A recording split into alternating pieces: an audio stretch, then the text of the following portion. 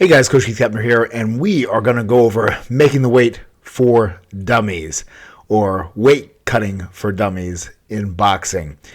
I've seen so many guys struggle with this over the years. I've seen so many guys have complete wrong ideas about how to do this. So I want to help save you the time because we don't all have good resources around us. Sometimes it's the game of following the follower, where you're just following what some other dude said to do, or maybe what some dude online said to do. Maybe like this dude, but I've actually done it time and time again, and to do it in a healthy way that's going to be effective. And from this video, when you're done with it, you're going to be able to take this knowledge and use it to help you make weight for an amateur fight or a pro fight. There are some nuances between those two, and I'm going to discuss those as we go in for a deep dive on how to make weight. Now, there are two categories for making weight. The first one is long-term weight loss. Second one is short-term weight loss. Those are two different ideas because you need to, I'll get into the details, consider how far away you are from your competing weight and the trade-offs of being close or far away.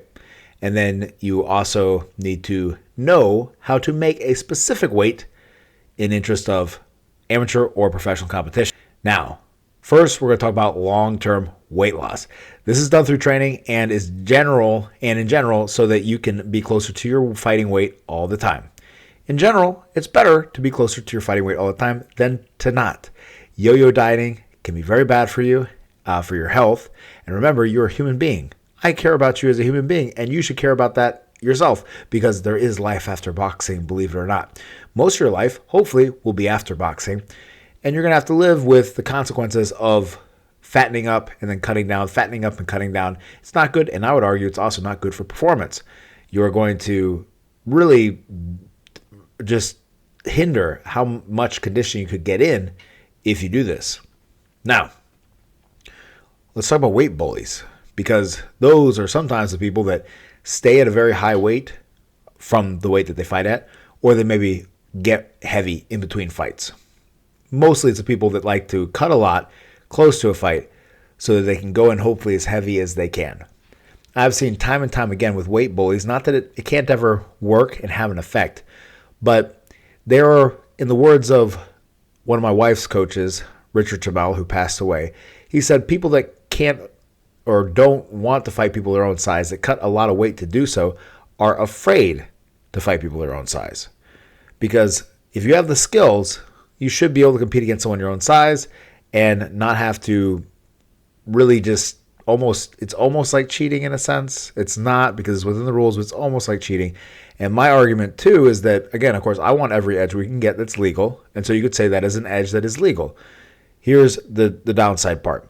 The downside part is that it can absolutely hinder your performance in a fight because you've cut too much. It also is going to create long-term damage and more damage. And I'll go into that more in detail as we talk through this video. So let's focus on being the most prepared we can be and not relying on mere size to beat somebody or to feel like we have to have that as an advantage going into it. Let's fight people our own size. Now, there's an argument for if everyone is cutting super deep and a ton of weight to get to a weight class that you feel like you have to do the same thing. I understand that argument. Remember though, back in the day, there were only 8 weight classes in boxing. So when you were 147 pounds and you wanted to fight for the middleweight title at 160, you are probably not going to come in at 160. Most of the greatest fighters, for instance, I think of Sugar Ray Robinson. I don't know if you ever heard of him, but he fought for the middleweight title, I believe, under 160, and he was walking around. I mean, granted, he tried to keep himself trim, but it wasn't some drastic weight cut like you see people do nowadays. All right, so I recommend watching out for being a weight bully. I'm going to give you more reasons for that as we get into it. Focus on increasing your skills and your will and getting in proper conditioning versus trying to figure out the perfect strategy to cut the most weight possible to hit a weight class so you can come in bigger. I'll have you know, by the way, that 2 years ago when one of my boxers, Christian Andrade, won regionals, he beat up someone that was trying to be a weight bully. This guy came in way overweight, and he struggled a lot to get it down. He was already super skinny. So that's why I call him a weight bully, because it wasn't like he was just I don't know, kind of tubby or whatnot, or not in shape. He was super skinny and obviously trying to use that height and size as an advantage. And it ended up with this guy just falling apart. I believe in the second round, but definitely in the third round. All right, so there's 4 basic strategies of long-term weight loss that I want to go over with you so you understand this. So again, you can implement this into your boxing training or career or someone that you work with. So the first one, calories. Calories in, calories out. It's a law of thermodynamics. Okay, so it's a fact. Anyone that tells you that calories in, calorie out is not a thing, I'm sorry, they are wrong. Okay? Now, there's a lot of different ways to do this. You could do this by eating windows, right? Also known as intermittent fasting. You could do this by not eating after a certain time in the day. It's not actually the fact that you aren't eating past 6 o'clock or 9 o'clock or whatever the hell that is why you're losing weight alone. It's because strategies like this help you lower the amount of what? Energy inputs or points in essence or units that you put into your body. So therefore, the body is going to subtract from somewhere and to get the energy, and so that's going to help you lose weight. So how are we going to lose weight with this strategy? What are some strategies? Because I can say eat less and you can walk away and not get the strategy. Let's talk about ways to do this. First one is tracking. A lot of times you have no idea how much you're eating or how much you're not eating. I've seen this float both ways with working with people over the years. I've seen people eat way too much or way too little, and both can hinder their performance and obviously hinder their weight loss. Then, and how do you do this, right? So nowadays it's super easy. You can use something like an app on your phone. One that I know is free is called Fat Secret, where you can just download it and plug in. Literally, if you eat a protein bar, you can find that protein bar, put it in, know exactly how much protein you got, as well as how many calories you got in a day. You set that target. It will also help you just set targets. Super easy. All that stuff is so easy nowadays than what it used to be. So you got no excuse not to win at it. The next is more filling food. What does this mean? This means simply that if you eat more fiber-dense foods or more liquid-dense foods, that is going to help fill you up more. Think about, like, for instance, soup. Okay, take out sodium and things like that, which we're going to talk about later. Sodium has not a relevant factor on fat loss and things like that, so don't get it twisted. But we're going to talk about things like that later, like sodium, for other reasons. But things like soups are high in volume, but not high in calories. Think about something else so that's the opposite. What's something that's not necessarily high in volume, but high in calories? It might be something like maybe ice cream. A lot of calories per cup of ice cream. But if you eat broccoli, there's not a lot of calories for a head of broccoli. And it's about the same volume or size of thing. More fibrous foods, food that has a lot of fiber in it, is going to be more filling. And again, food with liquids in it. Now, going on next is drink more water. If you are drinking a ton of water throughout the day, that's going to help you feel more full. And as well, if you drink water before eating, it will also help you not overeat. Because a lot of times, like for instance, what I experienced for a long time, starting to coach and spending late nights at the gym, doing a lot of talking, doing a lot of working mitts with people and things like that, you get very dehydrated. Then I would go home and you stay late. I go home, I need to eat dinner. I eat dinner, I'm still hungry. I eat more food, I'm still hungry. And I kept eating. Then the second I drank a big glass of water, I was like, man, that's what I needed. Now I'm full. Whereas if I would have drank that big glass of water before I started eating, then I wouldn't have had that problem. So keep this in mind. A lot of times when you're a little bit dehydrated and you feel hungry, you actually just need to drink some water. And this will, again, help fill up your stomach before you eat. I'll tell you, when I dropped about 20 pounds over a period of time and kept it off for a long time, set that as my new baseline, I would still go to buffets sometimes and things like that. You know, we have lives and we do things. And on the weekend, if you want to go to a buffet, cool. But how about you drink a ton of freaking water before you go, and you drink a big cup of water in between plates that you get? And trust me, you're not going to eat that much at the buffet. You can eat as much as you want, but you're not going to eat that much because you're already full. All right. Now, the second category is talking about macronutrients. It is important to get all 3 of them. All right. 'Cause a lot of people, again, this is for dummies, guys. So you might know this stuff, but this is for people that don't know this stuff, because I come across so many people who don't know this stuff, or they're twisted, or they don't have full understanding. So first off is, of course, carbohydrates and proteins. Believe it or not, for someone that's an explosive athlete like yourself, that's focused on being quick, you need carbohydrates. It's important. Very important. You need some type of carbohydrate close to your competition, things like that. Fats is also an energy source, but it's not going to help you be as explosive as carbohydrates. Fast twitch muscle fibers are going to be using carbohydrates. Now, of course, we're talking about muscle now. I just mentioned muscle. We all know what's connected to muscle, or what macronutrient is useful for building and retaining muscle. It's protein, so we need that as well. And what's I like about this representation is you see the fibrous, dense carbohydrates represented largely by the vegetables up there in the top left-hand corner. You have the fats. You have everything from more milk fats to things like olive oil and things of that nature. And then you have your proteins. You also have your desserts in there. Between the fats, there's also some sweets in there. That's not quite a good demonstration or clear. Then you have more of the basic, what you think of as carbs, things like bread, rice, potatoes. All that stuff's important and helpful. And trust me, you're going to need it to output your best.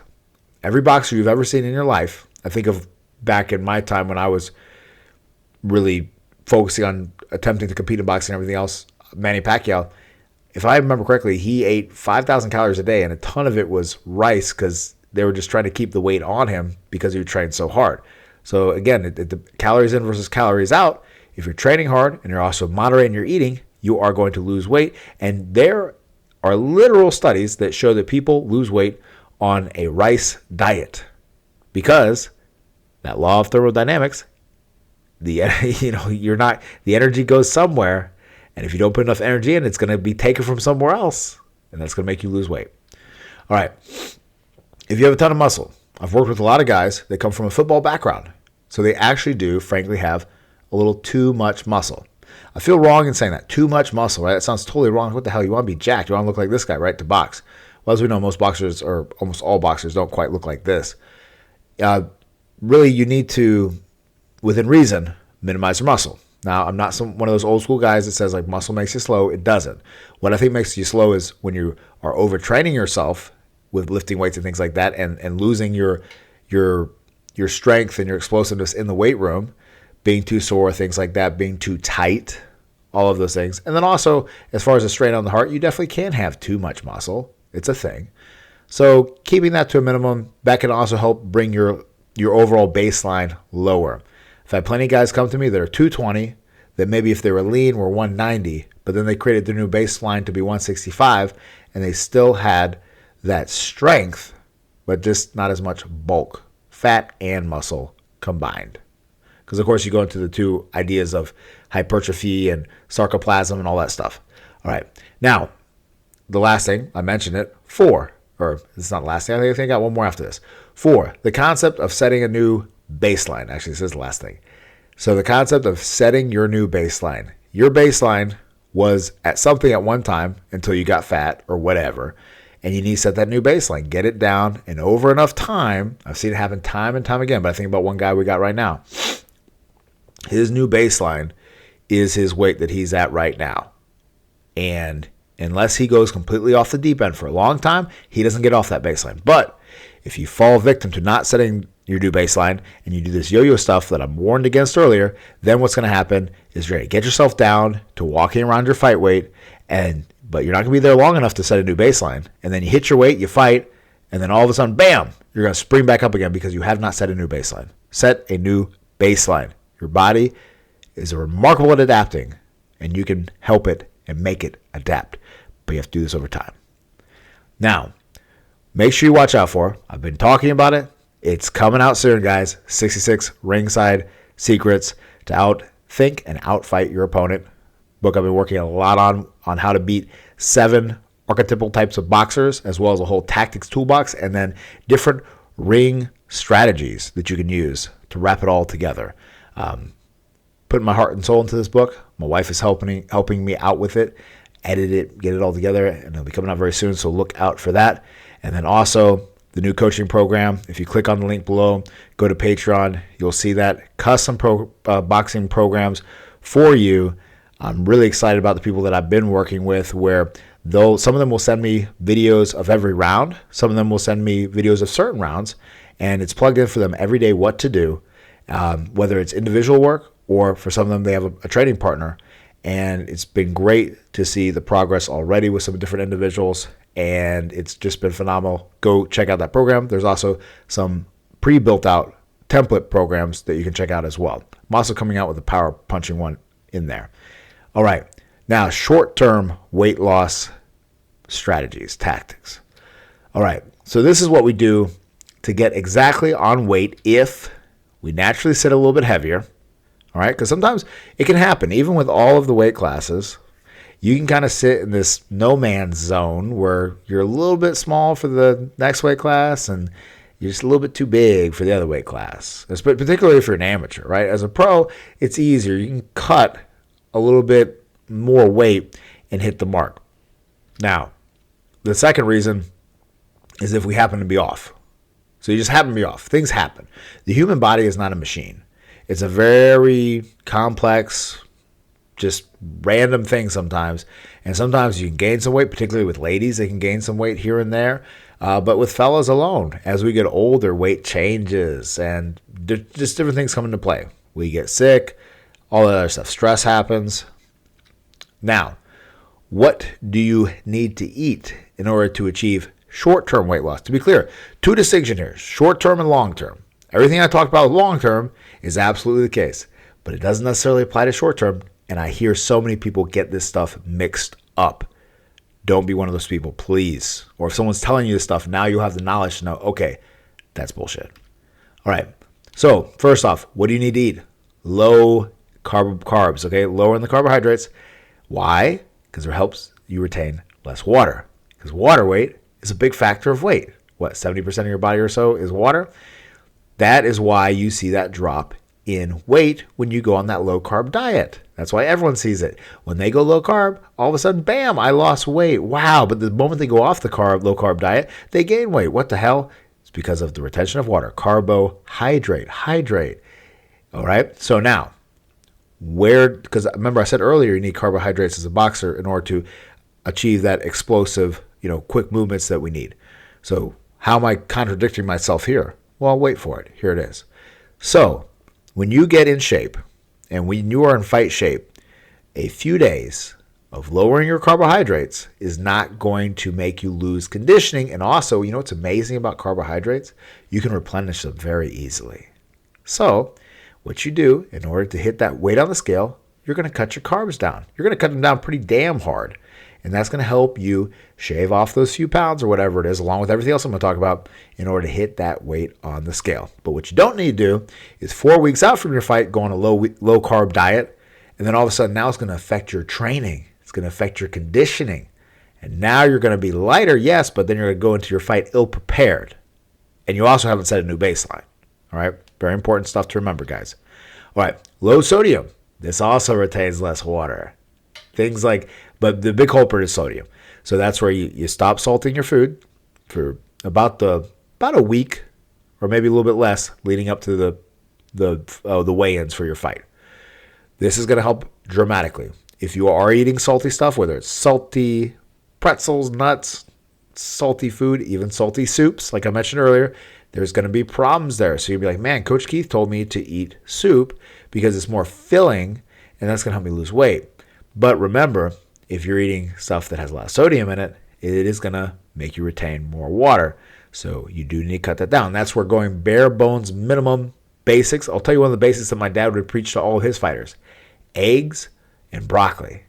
Eggs and broccoli, because you're getting some good micronutrients. You get some protein, and you're getting a little bit of carbs, but not a lot. And you're getting some fiber there to fill you up, and it's really basic, right? So you're just really big on the basics. You do that when you're trying for those last couple days to just try to get yourself down to the lowest you can be, then that's going to be effective. Now, cutting water, guys. This again, I see guys 6 weeks out from a fight cutting water. I see people 2 weeks out from a fight cutting water. I see people a week out from a fight cutting water.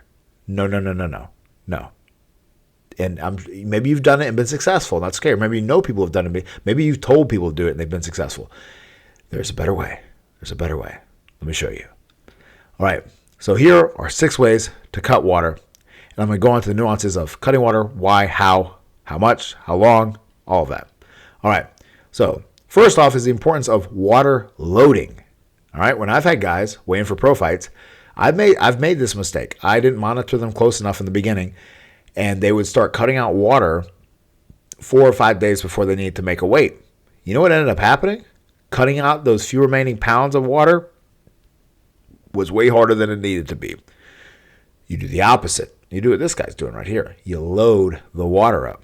About a gallon, work up to about a gallon a day for maybe 4 or 5 days until your weigh-in.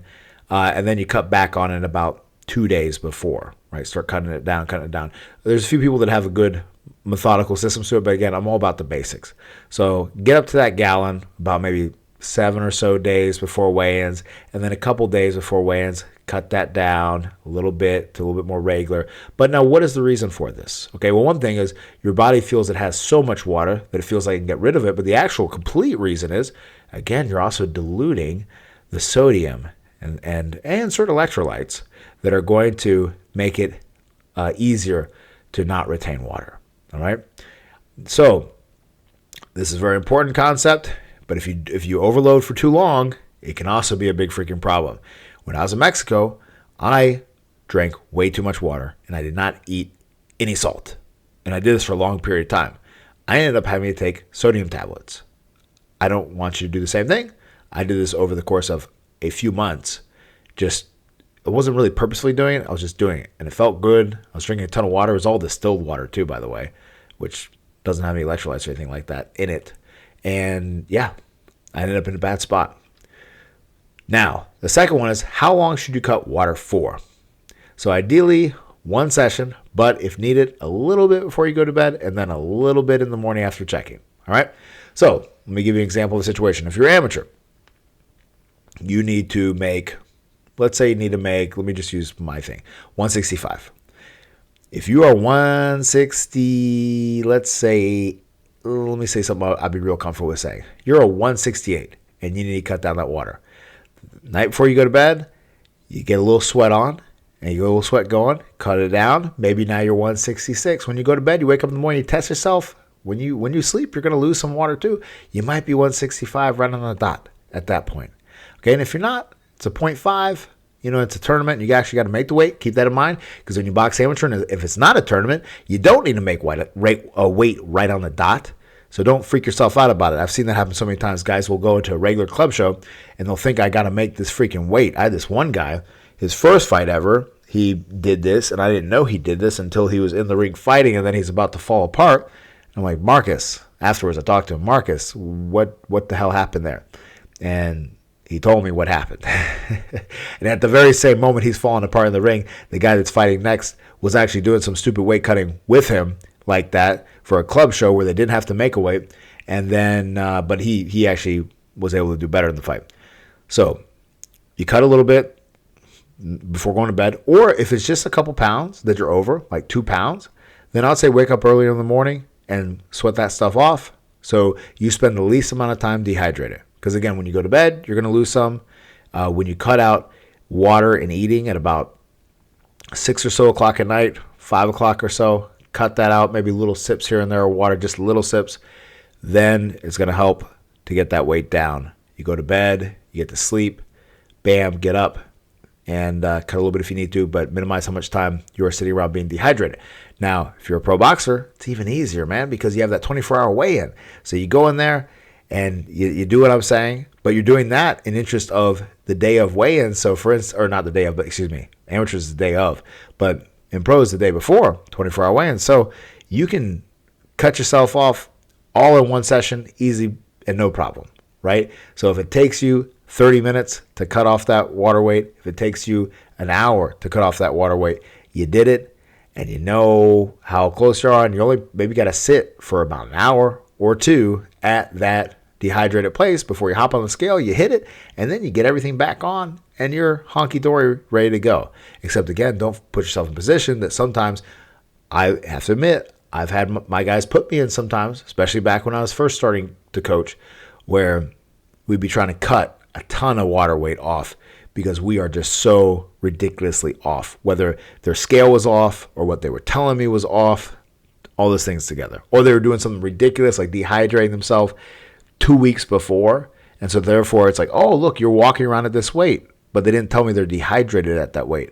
Oh, wait, so now we're trying to cut this water off to hit a weigh-in 24 hours before the fight. Water's not coming off. We're doing all this stuff. We're not barely losing anything. All right? Now, how should you cut the water? I highly recommend investing in a sauna suit. You can do it a super getaway and like my dad liked to do and get plastic bags and duct tape it to you. I don't know what he did not like about sauna suits, but a sauna suit's going to be a lot better. You can reuse it. You have to go through all that duct tape and trash bags. I don't know. Maybe he had that for some other reason. He's from Chicago and he hung out with a lot of those people. Actually, he told me that in the CYO gym in Chicago, if you ever seen the movie Casino, that character played by Joe Pesci, blanking on the guy's name, the actual individual that character is based on, he saw that guy, Spilatro, I think was his name, walk into the CYO gym. So he actually saw that guy. So you had some of those characters around, so maybe that's what it comes from. But you get that sauna suit, the tops and the bottoms, just like this guy, and you cut that water. It's going to make it a lot easier. Why does this work? Why does this work? Because when your body starts sweating, there is no airflow for the sweat to evaporate and to cool you off. So it just keeps sweating and sweating and sweating. It's amazing how much you sweat. This is where you need a sauna suit, where the actual stuff is sitting on your skin. Okay, the actual material is sitting on your skin. It's not, you don't have a sweatshirt on and then put a sauna suit over it, or sweatpants and put a sauna suit over it. No, put that stuff as much as you can directly on the skin, and then you can put a sweatshirt over that or sweatpants over that if you want. Don't do the opposite. All right. Now, I've made this mistake a lot starting out. Moving and not sitting. Why that's important. You'll see two guys here. You see one guy's moving. He's jumping rope with a sauna suit. The other guy's sitting. When I started helping guys cut weight, even though I had a good coach and father to lead me on a lot of this stuff, I made mistakes. So we all do. Do not have your guys just sit. Or if you're the boxer, don't sit. Move, move, move, move. Get moving. It doesn't even have to be as intense as jumping rope. It can be just kind of bouncing around a little bit, walking maybe briskly. But one key in this, because I've seen all the mistakes, is don't do something really strenuous because you don't need to. Okay, you don't need to burn that energy and everything else, because you also need to save that energy in a sense for your fight. Now, don't be all neurotic and be like, oh my gosh, I'm burning my energy as I'm like just bouncing around. But moving the arms, getting the heart rate up a little bit, moving the legs, this is all going to help get the body cooking and get you sweating and get that water coming off. If you're sitting there like this guy's sitting there, you're not going to sweat very much, all right? Versus the other guy's going to start pouring sweat in a few moments of moving around. Also, when you're moving around, like I said, don't do overstrenuous stuff. Don't put on a weight vest. It's not going to help you sweat more. Don't do stair climbers. It's not going to help you sweat more. Get your arms moving, get your legs moving, whether it's kind of light jogging around or jump roping, something that you're used to. That's not going to throw you off. Don't sit in a sauna and just sit there. Because yes, you will sweat. But guess what? If you move around, you'll sweat faster. I literally had guys, I had two pro fighters one time fight in Tampa, Florida. So I drove down from Athens, Georgia, down to Tampa, Florida with them in the car. And I had the heat on in the car, and they sat in the car. And every now and again, we would stop, and I'd try to make them move a little bit. But dude, frankly, I should have never done that. I should just simply got up, had enough discipline to get up early enough to get down there ahead of time or whatever before weigh-ins and have them do nothing. And then when we got there, put on the sauna suits, bounce around out in the Florida sun, and we would have hit weight with a lot less strain and sitting there with heat. All right. Now, the fifth tip, wearing a hat. You absolutely, it's interesting. I looked deep into this, and it's apparently a misnomer what the old timers believed of, that you lose the majority of heat from your head. I think there was a Army study or something like that that showed that was possibly the case. But it's really just however much skin is exposed is whatever percentage of your body is exposed is however much heat percentage you lose. So, but of course, that's, your face and your head is quite a bit of stuff. And so covering it up is going to definitely help. And also, arguably, you produce a lot of heat in your head. So covering that up is going to help you sweat a lot faster than if you don't. With myself, when I put on a freaking beanie, dude, I'm warm. I can go out running, wear a beanie, and it's cold out, and I'm warm now. All right? Helps out a lot. Don't underestimate. The more of your entire body you can cover up, the better. When you don't cover yourself up very much, you're not going to sweat very much. It's not going to be as good. And you're going to suffer longer. All right? Then the last one is gum. Don't underestimate the power of gum. Chewing on gum that does what? It stimulates your saliva, and then you spit, spit, spit, spit, spit. So you're doing all these things together, you're going to be good to go. You're going to lose that water weight fast. Now, what I recommend you do is get a good idea of how long it takes for you to lose how many pounds doing this. And you can really break it down to a science. Okay, well, it takes me 30 minutes to lose this much weight jumping rope. And now you know all you got to do. And so you could even break it up then. So, okay, 20 minutes, I did this. I go to bed. I wake up. If I'm still a little bit over, I know in 10 minutes, I'm going to get the rest in the morning. And I'm good to rock. Now, how do you put it back on? This is a very great question that I've seen guys mess up as well. So let's make sure we don't mess this up. All right. So Pedialyte. This has a lot of potassium in it and the other main electrolytes, magnesium and sodium. We want to put that back on. Drinking a Gatorade, if you look at how much potassium, for instance, which is one of the main electrolytes, is in a Gatorade, there's not that much. And even not as much as in a bottle of orange juice. I remember one time with one of my fighters early on, I had him hit weight. We went to the gas station there was no like Walmart around or anything like that to get Pedialyte and stuff like that. And I wasn't prepared. I was like, okay, well, what do we need to do, Joe? And this is also back before like coconut water became very popular and a few other ones that are other options, right? Don't be wrong. I'm not sponsored by Pedialyte. That's not the only thing you need to do. That's just what my dad would do all the time. And because that's what the best option was for the majority of the time he coached in the 70s, 80s, and 90s. So I was looking, I was like, okay, maybe we'll get Gatorade. Maybe we'll get Powerade. Which one has more potassium in it? Looking. I was like, it's not that much. And I look over the orange juice. I'm like, whoa, that's a lot more potassium than either one of these put together. So don't go for just the automatic, like, oh, dude, this is a sports drink. This has electrolytes in it. Go for something that actually has a decent amount. Coconut water is definitely a good option. Pedialyte, very good option. I know there's a lot more options out there now. So I'm kind of old school now, not maybe up to date on all the different new products that are out there that you can find in a gas station or find at Walmart. But what's cool is that nowadays there are more options. But just because there's more options doesn't mean it's all better. Make sure you get something that has adequate amounts. Now, the next one is eat carbohydrates. That's going to help you put the weight back on. It's also going to help replenish your glycogen stores so that therefore you are going to be fast and snappy and have that energy in the fight that you need. And if you don't, you won't. Now, does this mean you gorge yourself? No. I've seen plenty of guys, particularly with pros, where they're like, dude, I want to try to get in that ring and be as heavy as possible. And of course, you can imagine what's going to happen because of that. Now, remember, they have 24-hour weigh-in, so they're doing this right after that with 24 hours before they fight. So you could maybe see the rationale of like, oh, they think they can gorge out and then they're not going to feel bloated when they go in. No. You don't want to go in heavier than what you normally are going to be. You just go back to kind of what your regular eating would be when you were training hard. And that's it. So now you're right back to that baseline of the good conditioning you were at with the energy reserves that you need to perform. All right, now the ins and outs of a scale.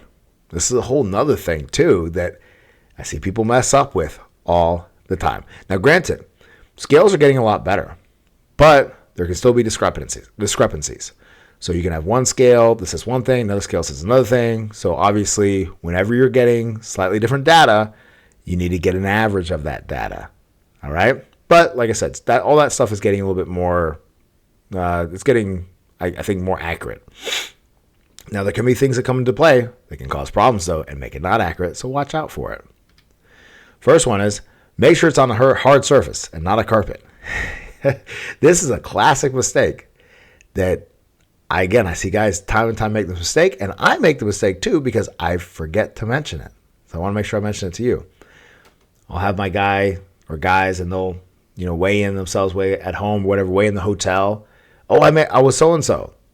And then I'm like, oh, damn, like you're on it.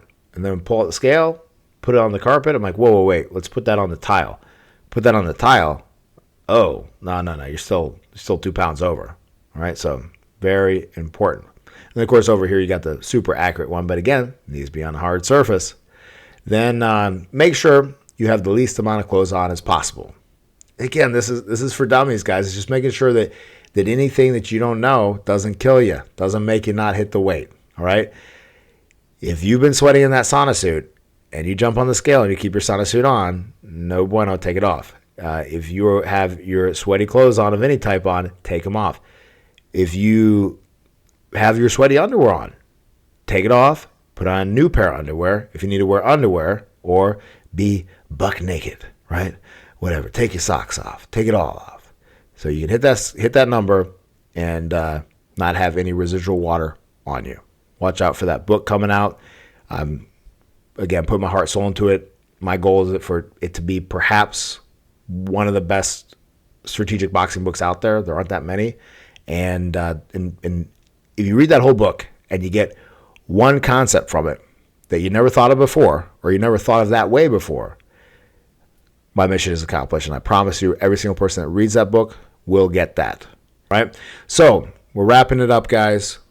Drop a comment below if you learned something, or if you have a question about anything I talked about. Also, click on the link below if you want to work with me, because, depending where you are in the world, you might desperately need my help to get to the next level. Or if you're coaching somebody and you want to help them get to the next level, I'm happy to help you as well with that. I'm not greedy or stingy. I remember when I first started doing some of this stuff, I had people come up to me, other boxing coaches, said, "Hey Keith, stop giving away all the secrets." It's like, dude, I don't care. I really don't care. I want to help. I want to be that help that everyone has been to me, what my father was to me. He wasn't stingy about what he told me. And knowledge is not power, but it's potential power, right? When we take the knowledge that we have and we implement it, then we can really do something with it, all right? So consider clicking on that link below. Check it out. And then also, according to the algorithm, this video over here is the next video that you need to watch. So make sure you check that out.